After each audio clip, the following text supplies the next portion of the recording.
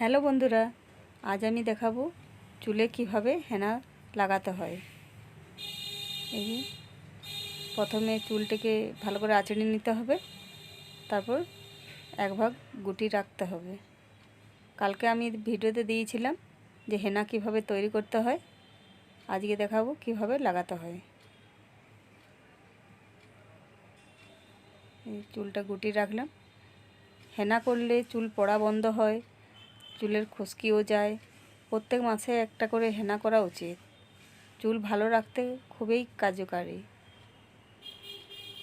একটা একটা করে চুল নিয়ে হেনাটা লাগিয়ে নিব।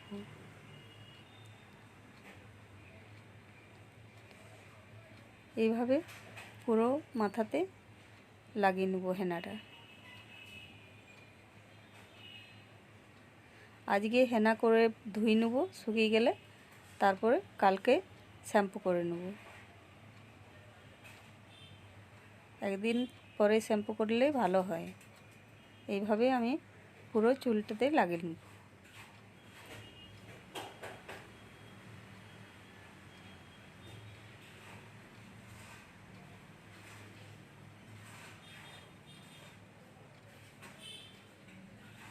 একটা একটা করে নিয়ে মাথায় লাগিয়ে নিচ্ছি।